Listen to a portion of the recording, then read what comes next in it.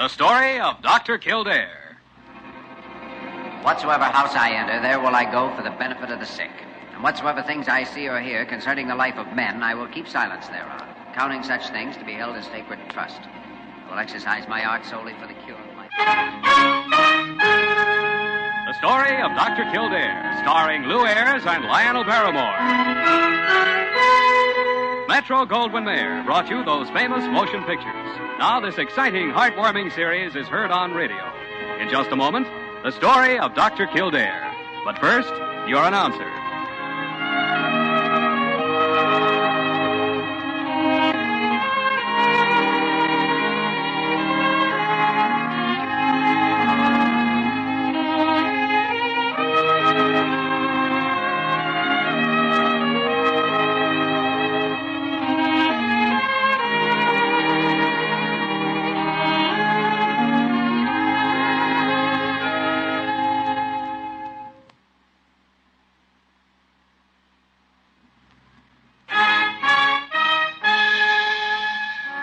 The story of Dr. Kildare, starring Ayres as Dr. Kildare and Lionel Barrymore as Dr. Gillespie.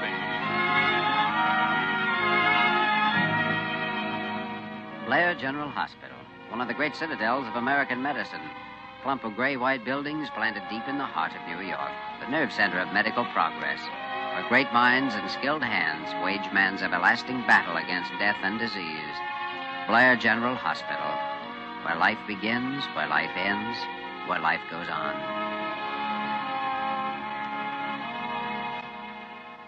There's one more thing, gentlemen. I want to be told the facts. All the facts.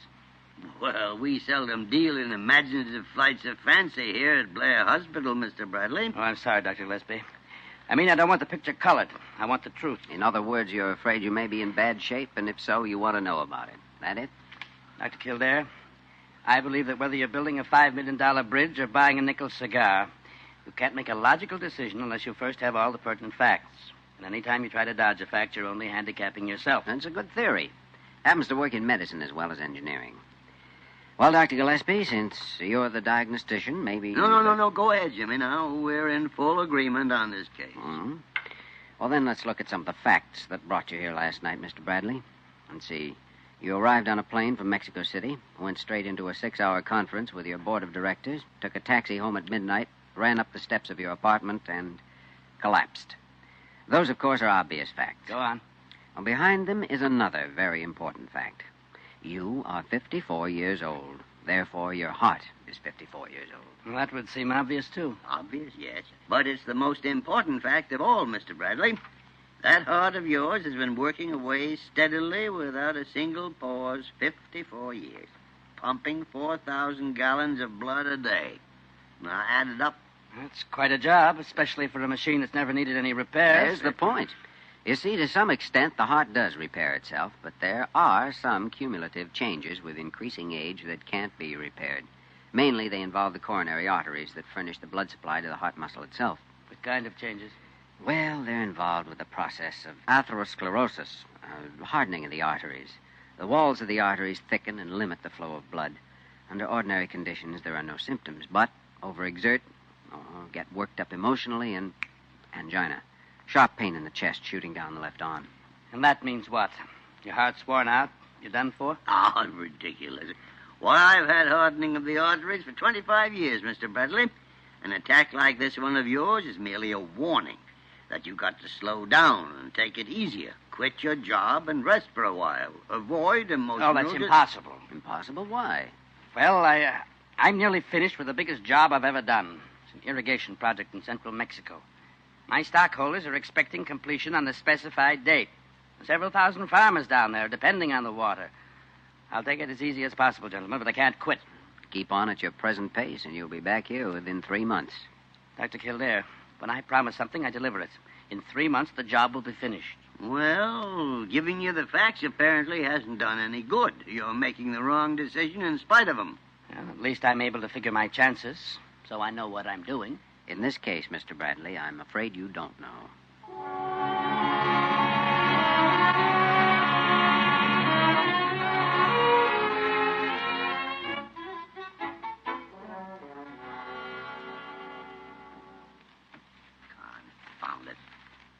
Lay something down for 5 minutes around here, disappears.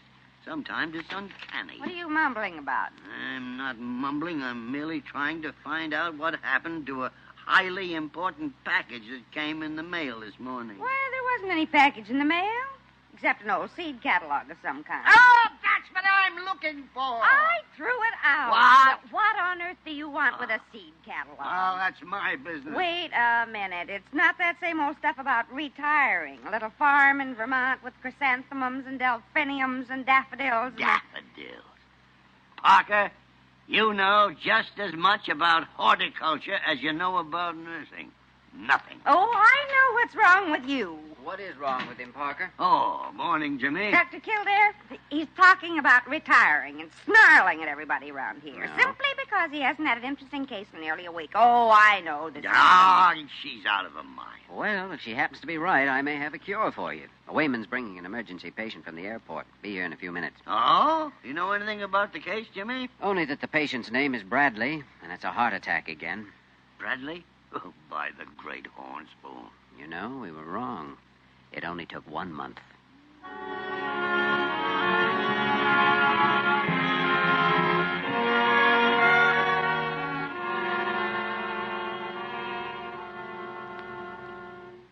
You were right, gentlemen, and I was wrong.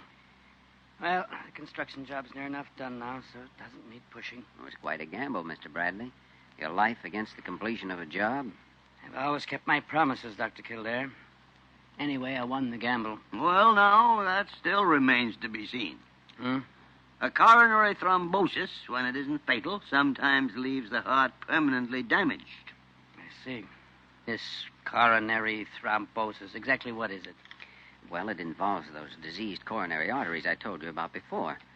For some reason we don't know, a blood clot forms in one of the constricted spots and blocks off the blood supply to a part of the heart muscle. Result, heart attack. Felt pretty much like the other attack, the one you called angina pectoris. Well, they're a lot alike, but a thrombosis is more serious. In some cases, yours, for instance, there's enough collateral circulation to keep the heart going on short rations until the thrombus is eliminated. But can't anything be done to prevent it? Yes, it can. Yep. Anybody who was warned by a mild attack of angina can have sense enough to change his way of life. Slow down. Take it easy. All right, Dr. Gillespie. I'm ready now to buy that advice. Come in. Oh, hello, Diana. Jimmy? Dr. Gillespie? Mr. Bradley, this is Miss Werner. Hello, Mr. How do you do? She'll be your nurse during the various tests we're going to make. Well, what have I done to deserve the prettiest nurse in the hospital? Thank you. Ah, easy now, Mr. Bradley. You've got a heart condition, you know. All right, Dr. Kildare. And anyway, I saw that look she gave you. Well, Dr. Kildare, I came to let you know the electrocardiograph is set up whenever you're ready. Good. We're ready now. Would you send for an orderly? Of course. Right away. Electrocardiograph. Sounds complicated. It is complicated, Mr. Bradley, but it's one very good way of getting some facts.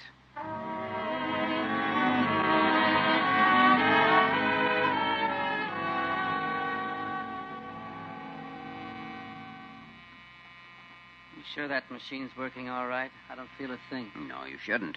I think you better step it up a little, Jimmy. It's only touching 7. All right, Doctor. Maybe I'm short-circuited somewhere. It could be. It may blow a fuse any minute. Diana, are you ready with those hypos? Yes, Doctor. More shots? What are they for this time? Oh, just to test your heart response to a couple of drugs. Gives us a few more facts. And what are those 2 drugs I'm taking now? This dicumarol, what's the other one? Quinine sulfate? Quinidine sulfate. Well, the dicumarol tends to keep the blood liquefied. Helps dissolve that thrombus and reduces the danger of an embolus. Quinidine sulfate's a big help in the prevention of ventricular fibrillation. The heart beating out of rhythm and ceasing to function as a pump. Jimmy, I think we got enough control film now. Let's try the digitalis. Right. Diana, first hypo. Yes, Doctor. What have you found out so far, Dr. Gillespie? Well, we won't know until we go over the charts later. This is all being recorded on photographic film. I see. Guess I was expecting something more spectacular. You'll get it with the next test. Phonocardiograph. Phonocardiograph? Yeah, picks up your heartbeat and amplifies it electrically. It's quite a sound, Mr. Bradley. It may scare you right into a relapse.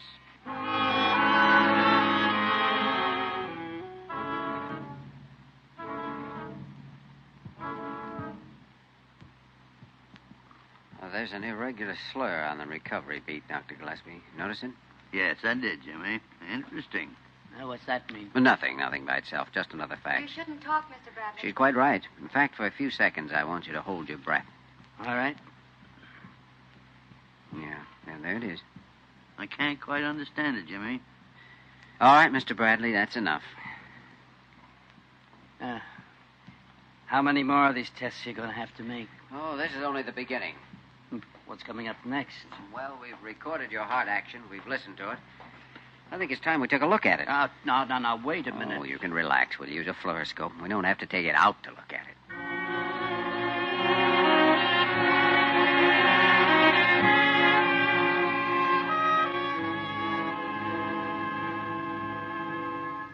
Be all right if I raise him up to a sitting position? Yes, if you can get a better focus that way. Well, it's a better angle for the fluoroscope. Now, wait, Mr. Bradley. We'll raise the head of the stretcher. Sounds like the ratchet gear on the guillotine. Well, that's a fine, morbid observation, Mr. Bradley. There, how's that? Well, let's see now. I can put the screen across here. Now, that's fine, Dr. Kildare. Take a few seconds for the tube to warm up. Dr. Kildare, you said something about possible damage to my heart. Exactly what did you mean? When the blood supply to some area of the heart muscle is temporarily interrupted, that area may die and be absorbed. It's replaced then by a scar tissue. Mm-hmm. And if the area's too large, it's just too bad. That it? Well, not necessarily at all. All right, gentlemen, anytime you're ready. Go ahead. Oh, here, Jimmy. Here, plenty of room. I'll move over a little. Thanks. Can you see all right, Dr. Gillespie? Yes, Jimmy. I can see all right. Well, I think you can cut the machine off now. That's all for the present. All right, Doctor. Well, that was quick enough. Just one more fact, Mr. Bradley.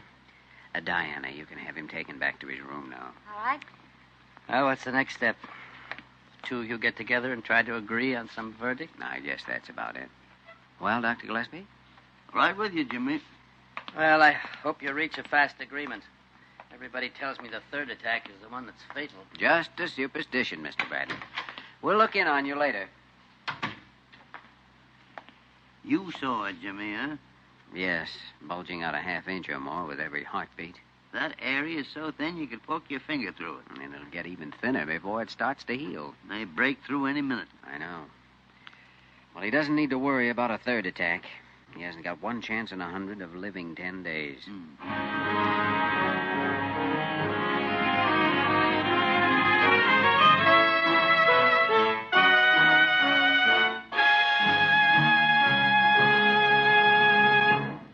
We return to the story of Dr. Kildare in just a moment.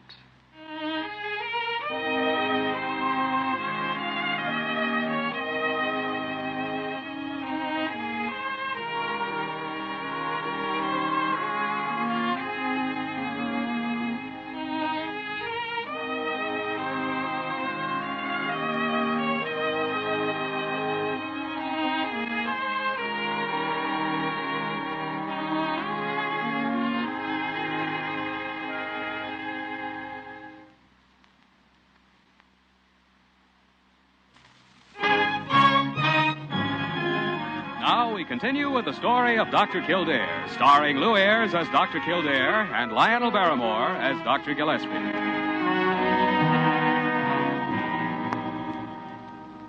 Parker, don't stand there and tell me you don't know where he is. With that long nose of yours poking around through the corridors, you're bound to know. Well, I guess my nose is quite normal, thank you. Huh? Would be on an anteater. Oh. Kildare hasn't left the hospital. Therefore, he's in the hospital. Somewhere. But where? Well, how do you expect me to know? Oh, shut up, Parker. I'm talking to myself. Well, It's too bad you can't do some useful snooping once in a while instead of... Kildare. Dr. Gillespie? Parker? hello. I've been looking all over the hospital for you. Oh? Well, I was up in the library file room reading case histories. Something on your mind? Yes, Bradley. I've thought of one possibility that might save him. My dear Dr. G, so have I. Ah? What's yours? No. You first, Jimmy. Well, the Beck operation. Huh? Opening his chest, grafting a fascia over the weak area of the heart muscle. Hey, pretty dangerous, Jimmy. As it now stands, he has practically no chance. Well, the wall may hold out and heal by itself. You know it won't. Well, it does happen sometimes. If this were 4 or 5 days from now, maybe. But his heart's going to get worse before it even starts to heal. Yeah, I know, but nevertheless, Jimmy... I've gone through every case history in the library dealing with these so-called heart aneurysms, and you know the chances involved both ways. You've never performed a Beck operation? It's no tougher than a patent ductus, and I've had fair luck with those. Yes, you have. I don't see any other possibility, Dr. Gillespie. It's the only way. Let's go and talk to Mr. Bradley.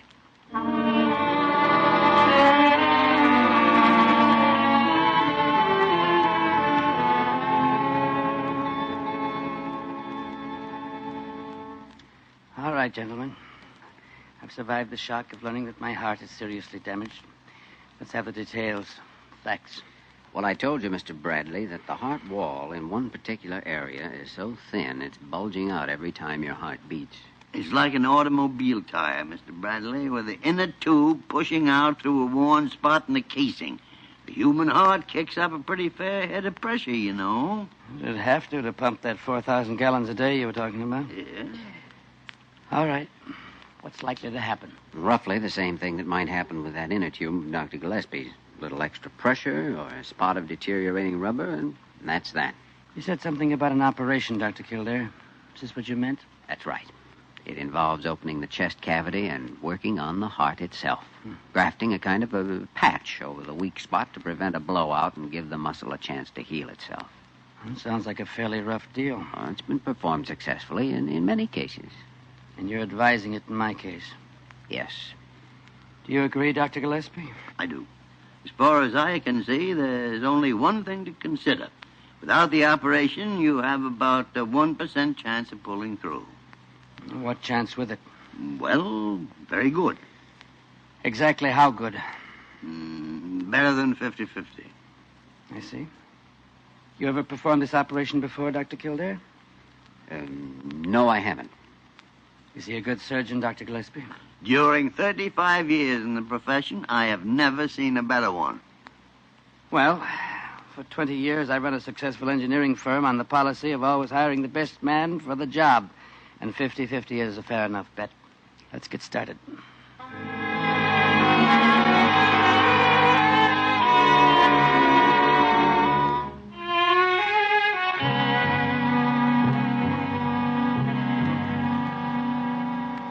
I've scheduled operating theater number 6 for 9:15, Dr. Kildare. It was the best I could do on such short notice. 6 is fine, Parker, thanks. Now, what about personnel?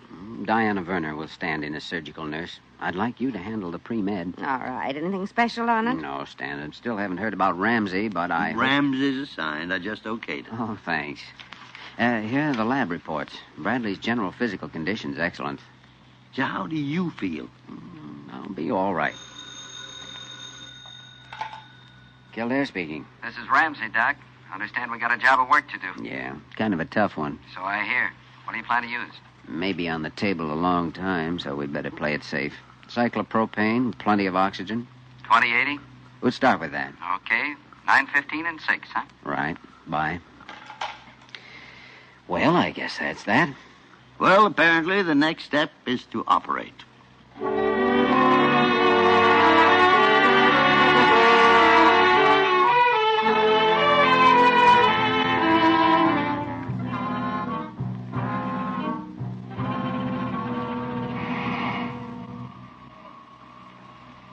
Pulse 64, Doctor. I won't need these other clamps, Miss Werner. Very well, Doctor. Short forceps, please. Here you are. Amazing vitality. Muscle tone is marvelous. Sponge, please. Yes, Doctor. Pulse 63. What oxygen balance are you using now? Still 80-20. Good. Sponge, please. Thanks. You still dripping plasma? Yes, Doctor. Good. Better give that second hypo now. Pulse 63. I think we can dispense with that pulse reading. Oh? I'm holding his heart here in my hands.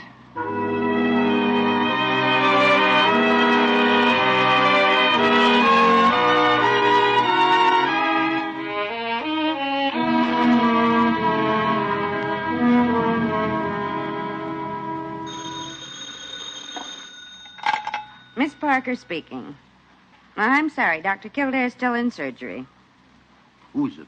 Yes, I know it's been over 4 hours, but nevertheless, Dr. Kildare's still in surgery. Goodbye.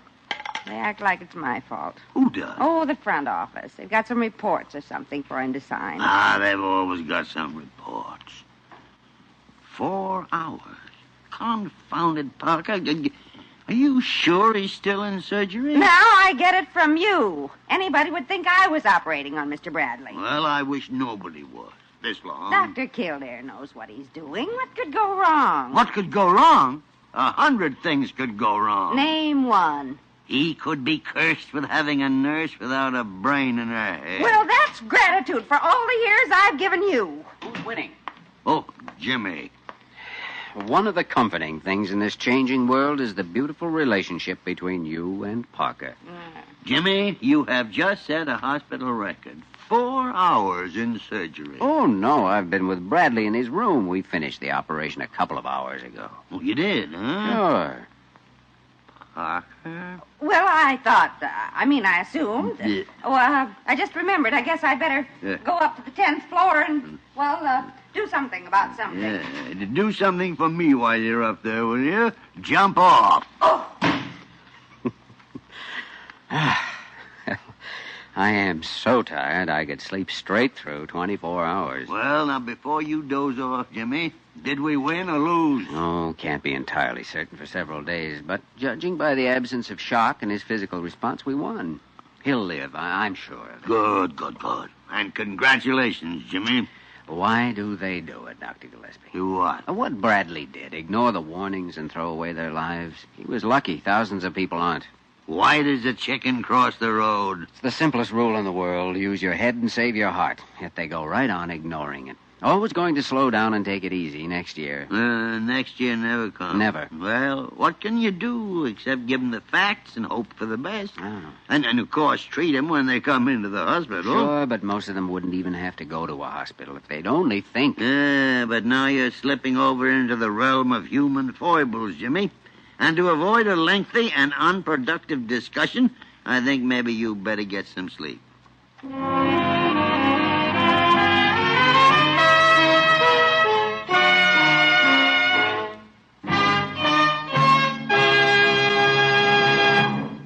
In just a moment, we will return to the story of Dr. Kildare.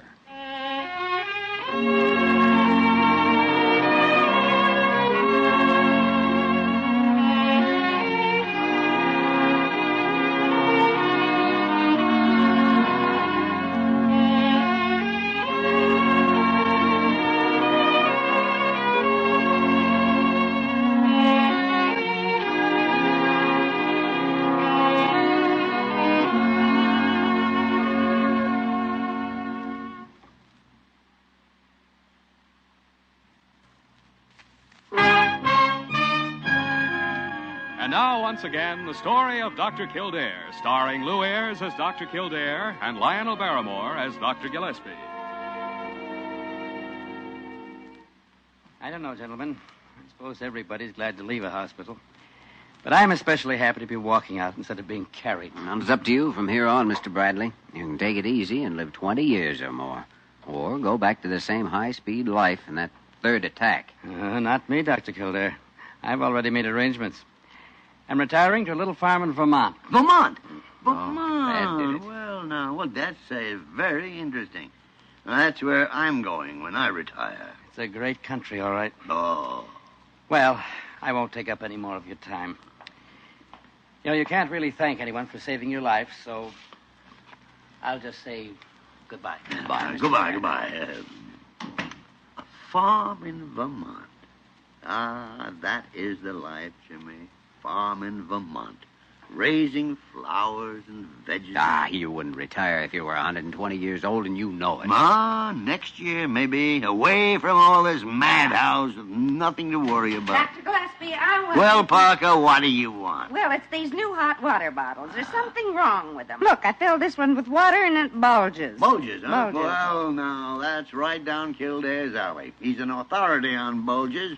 You think you can graft a patch on it, Jimmy? Oh, let's see it, Parker. Yeah. Would you advise major surgery, Doctor? It's apparently defective, all right. Huh. Notice what happens when you squeeze it. Oh, that's nothing, Dr. Kildare. It's when you push on it here that it really... Oh, good heavens. Confound it, Parker. What are you trying to do? Drown me? I didn't know it. She didn't know it was loaded, Dr. Gillespie. From head to foot. Of all the nincompoop... Oh, in answer to your question a moment ago, I wouldn't advise surgery. No. The patient is just too far gone. Here's a towel.